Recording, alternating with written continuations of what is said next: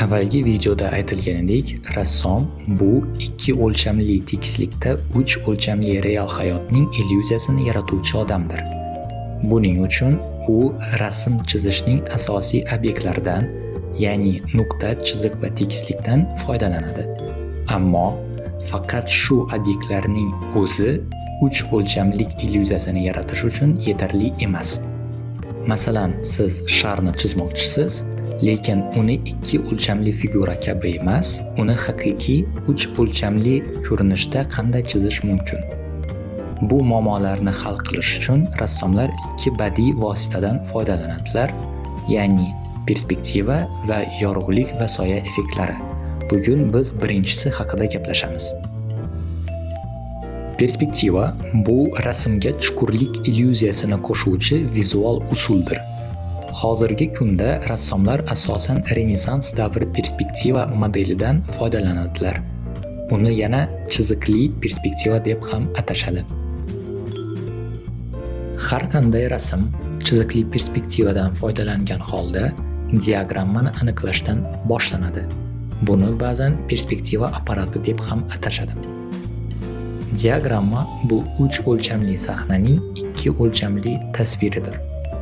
Diagramma 6 ta qismdan iborat. Kuzatuvchining joylashuvi. Bu kuzatuvchi joylashgan nuqta hisoblanadi.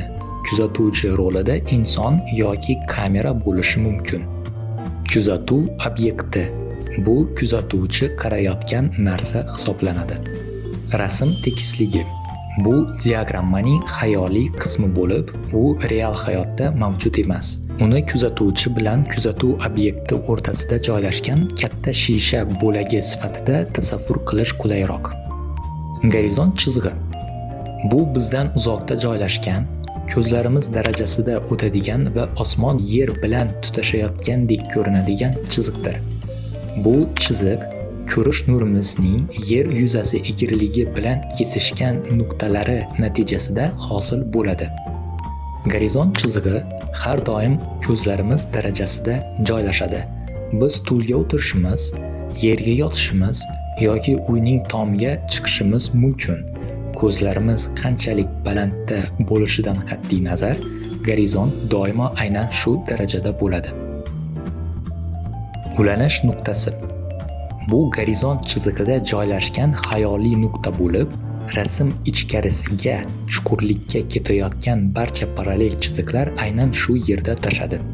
Gorizont chizig'ida ulanish nuqtalarining soni cheksiz bo'lishi mumkin.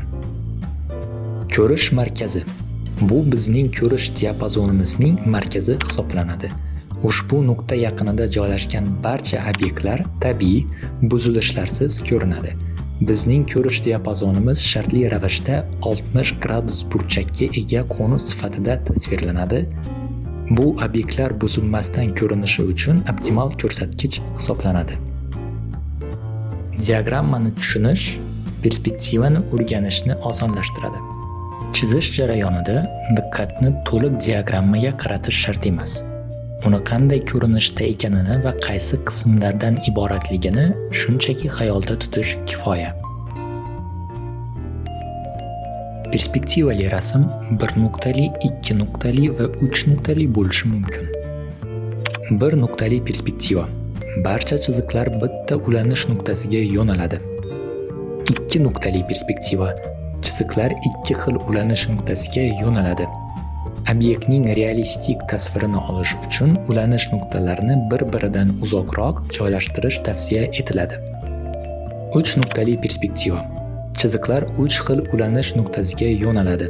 Klassik akademik rasmda kam ishlatiladi, biroq bunday usulda chizilgan rasm har doim qiziqarli ko'rinadi. Bu 3 turdagi perspektiva yakuniy emas. Yana 4 nuqtali va 5 nuqtali perspektiva ham mavjud. Nazariy jihatdan ulanish nuqtalarining soni cheksiz bo'lishi mumkin.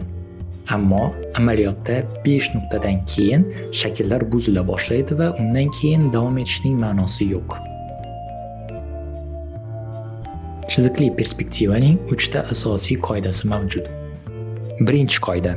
Chuqurlikka ketayotgan parallel chiziqlar rasmda bitta nuqtada, ulanish nuqtasida tutashadi.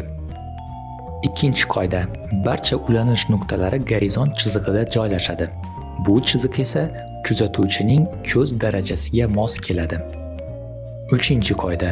Obyekt kuzatuvchidan qanchalik uzoqda bo'lsa, u shunchalik kichik ko'rinadi.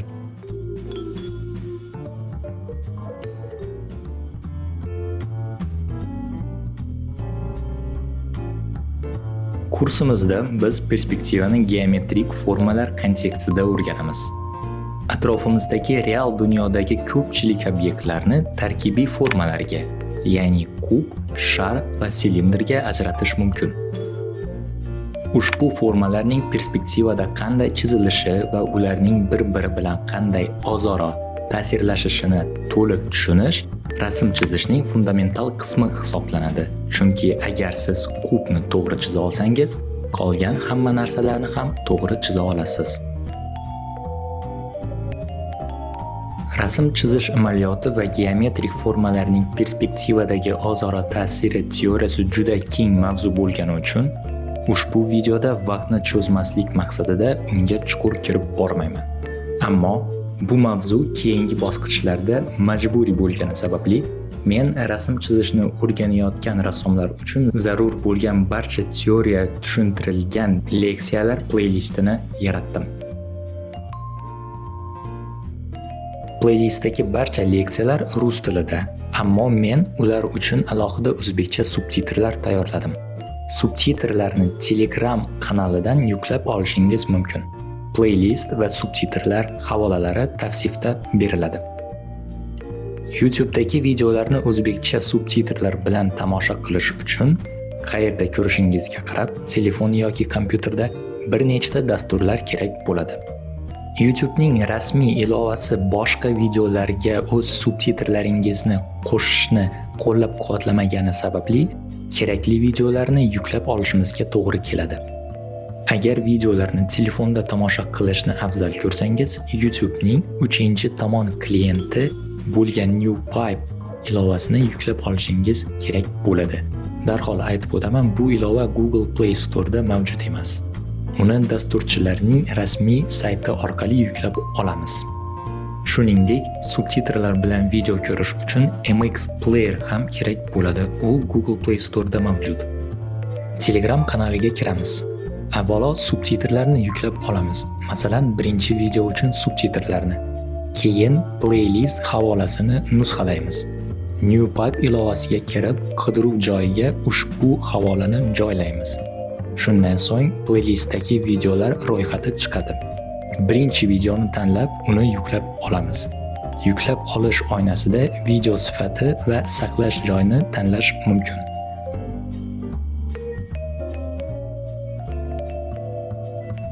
Yuklab olish holatini ilova menyusi orqali ko'rish mumkin.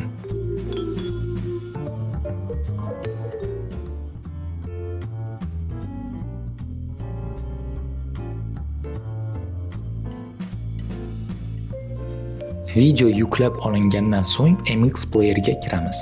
Video tomosha qilish uchun tayyor bo'ladi.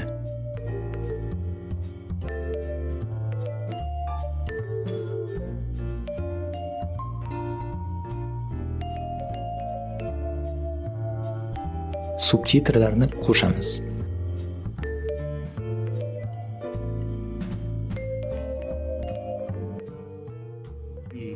Являются точки схода.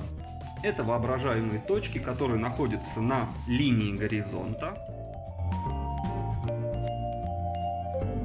Istakka ko'ra subtitrlarning o'lchami va tashqi ko'rinishini o'zgartirish mumkin.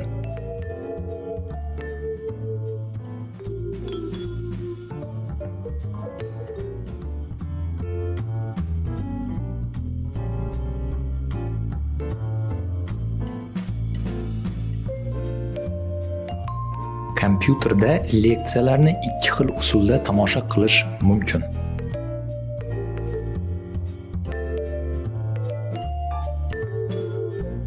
KM Player dasturini yuklab olamiz va o'rnatamiz.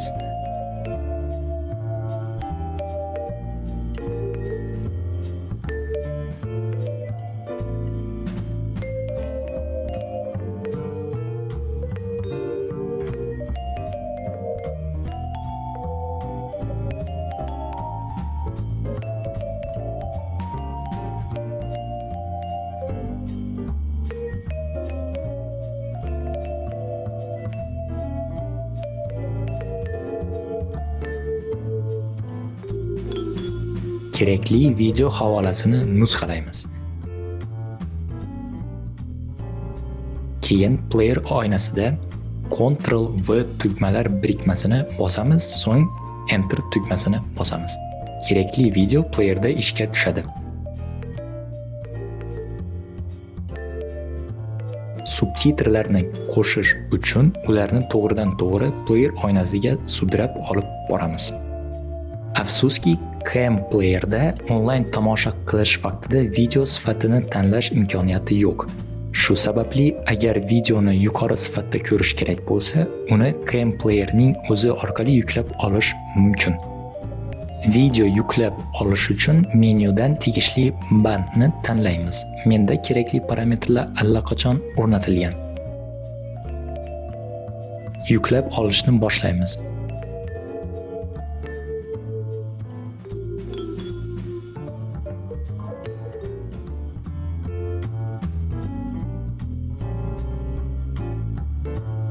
Yuklab olingandan so'ng videoni ishga tushiramiz va subtitrlarini qo'shamiz.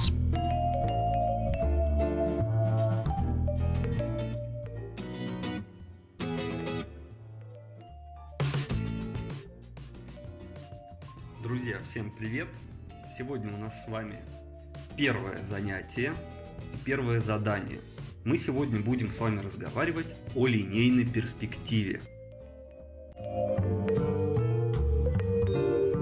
Ikkinchi usul uchun bizlarga boshqa player kerak bo'ladi. Pod player. U onlayn tomosha qilish uchun yaxshiroq mos keladi. Darhol aytib o'taman, bu playerda YouTubedan video yuklab olish funksiyasi mavjud emas. Pod playerni rasmiy saytdan yuklab olamiz va o'rnatamiz.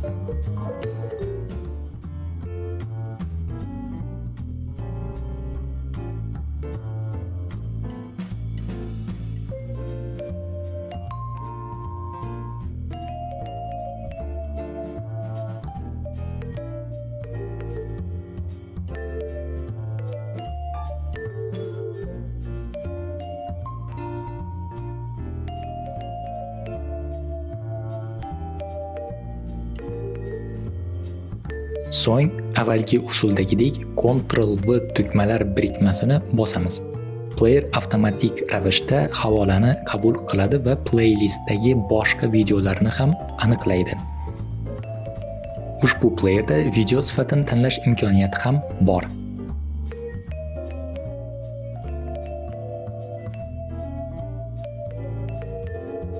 Oxirida subtitrlarni player oynasiga sudrab olib boramiz.